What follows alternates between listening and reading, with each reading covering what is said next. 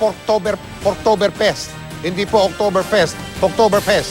Isa po yung tinatawag na street party. Nagaganap na po yan sa mga sandaling ito sa isang bahagi ng Quezon City. Panawagan pa rin po yan sa paghuwag ng pork barrel. Mula sa isang bahagi ng lungsod ng Quezon, nakatutok live si Lay Alvis. Lay, nasaan ka? Kamusta dyan?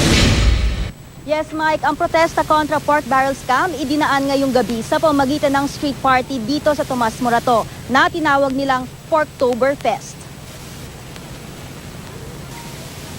Kanya-kanyang gimmick ang mga kainan bilang pakikiisa sa pagkondena sa pork barrel scam. Merong di raw magtitinda ngayon ng pagkaing may baboy. Ang iba naman nagsabit ng mga banner na naghahayag ng kanilang protesta laban sa pork barrel scam. Layunin ng kilos protesta na itaas ang kamalayan ng mga kabataan at young professionals tungkol sa katiwalian. 500 daw ang nag-confirm sa Facebook na sila ay pupunta sa event ngayong gabi. Nais daw ng organizers na ipabatid sa mga kabataan na sa simpleng pagkain nila sa restaurant ay nagbabayad na rin sila ng buwis sa pamamagitan ng IVAT.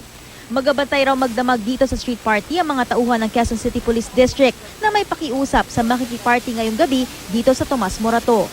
Gusto namin i-engage o gusto namin hikayatin, isama sa pag-uusap tungkol sa pork barrel system, sa issue na to, yung mga taong hindi naman talaga mahilig pumunta sa rally. Gusto nating sabihin sa gobyerno natin na itong ginastos namin ngayong gabi, yung binayad naming mga buwis, ayaw naming mapunta sa pork barrel system at ayaw naming nakawin.